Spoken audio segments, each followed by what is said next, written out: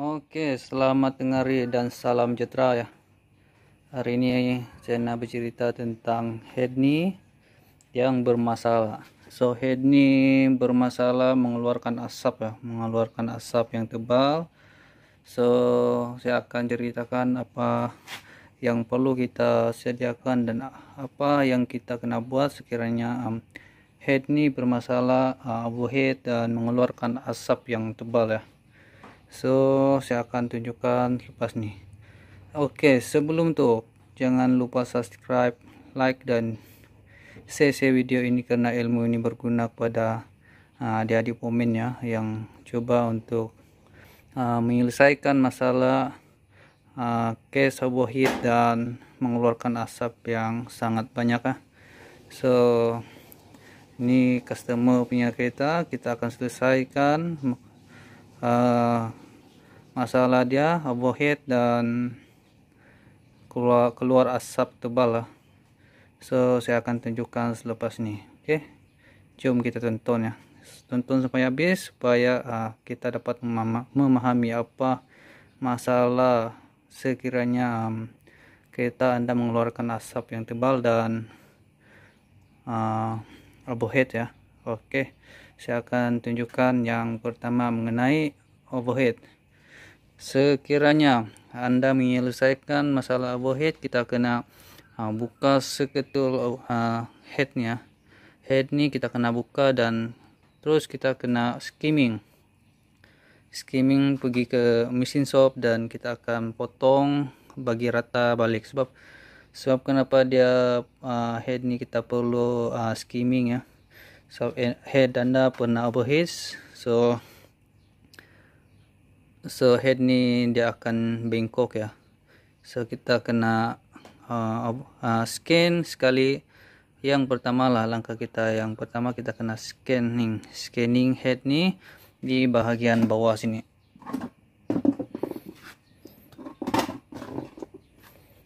Okay. So adik-adik pomen yang luar sana, kita kena scanning nih bagi dia rata balik dan khususnya kita akan cek ya apakah punca-punca kenapa dia boleh overheat. Mengapa dia boleh overheat? Kita kena cek di bahagian lubang-lubang nih. Adakah dia sumbat ataupun ada air water pump dia tidak berapa jalan. Dia punya water pump di sini ya. So kita kena ganti yang baru. Juga kita kena cek di bahagian lubang-lubang besar nih untuk saluran air sekiranya kereta Anda overheat. Selepas kita membuka dan scanning ya. So ini kita sudah scanning cantik ya.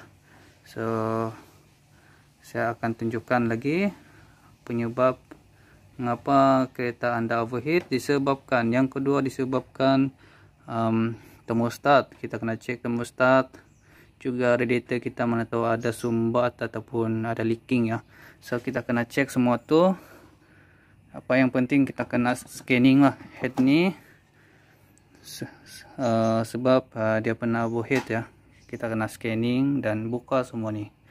Oke, yang seterusnya saya rasa sekiranya kereta Anda overheat, kita kena buat langkah yang saya ada beritahu tadi ya. Kita kena scanning, cek dia punya kebocoran di bahagian radiator dan water pump, juga di bagian pipe sini ya, di bagian pipe. Oke, ini adalah pipe yang dekat belakang sini, yang sambung dekat water pump sini ya. So kita kena cek. So tengok dia punya masalah, tengok dia punya masalah nih, tengok dia punya hose besi ini sudah bocor dan menyebabkan dia punya head kita kena angkat dan skimming balik sebab ini sudah bengkok. So selesai perkara overhead. Yang kedua masalah keluar asap tebal ya. Keluar asap tebal ini banyak perkara yang kita kena cek ya di bahagian dia punya seal sini bagian ini. Ini ada seal dia. Seal valve ni kita kena cek ya. So, benda ni kalau seal ni sudah keras dan dia tidak dapat memeluk valve. Ini adalah valve ya. sekiranya bal ini masuk di bagian sini. Oke, sekejap ya. Kita akan masukkan bal ini ke dalam sini. Oke, kita boleh nampak ya, dia punya seal dengan bal ini kita boleh nampak. So tengok dia punya kelonggaran sangat longgar. So ini juga menyebabkan ataupun punca utama lah yang perlu kita cek terdahulu. Kita kena cek dia punya bal dengan seal bal ni. Tengok, kita boleh goyangkan macam ni pun dah longgar, disebabkan dia punya spring sini. Sekiranya kita ada ganti, oke, ilmu ni saya nak kongsikan kepada adik-adik pemain yang luar sana. So yang sudah pandai mekanik-mekanik, pemain-pemain yang sudah pandai itu boleh menambah ilmu anda. Sekiranya kita sudah ganti yang baru ya, dia punya seal bal kita ganti, dia punya bal kita dah ganti, tapi masih juga keluar asap. So langkah yang seterusnya ataupun yang perlu kita buat, kita kena cek di bagian spring nih. Spring nih kalau dah longgar ya, ataupun seal nih kita dah beli baru tapi spring nih dah longgar, kita sama juga dia tidak dapat memeluk bal nih dengan kuat ya. So spring ini kita boleh buka,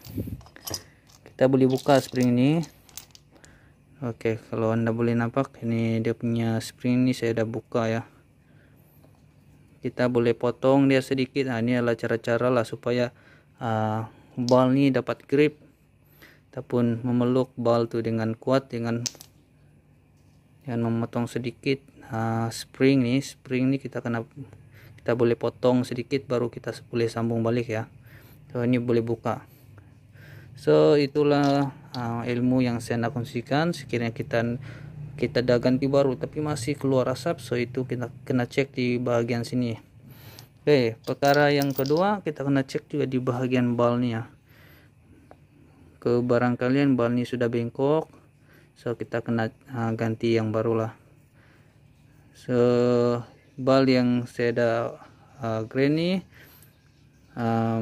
tidak bengkok, so tidak perlu kita mengganti yang baru, sebab ini dia lebih tahan ya. Kalau kita ganti yang baru tetapi tidak tahan, tidak guna juga. Oke, kita kena cek di bagian piston ni dengan blok yang berada dekat dalam sana ya. So untuk cek blok dengan piston ni kita kena buka dia punya piston ring dulu dan memasukkan piston ni.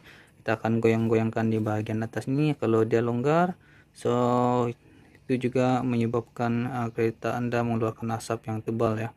So ini longgar dan kompresor dia akan keluar sini walaupun kita sudah pasang dia punya piston ring.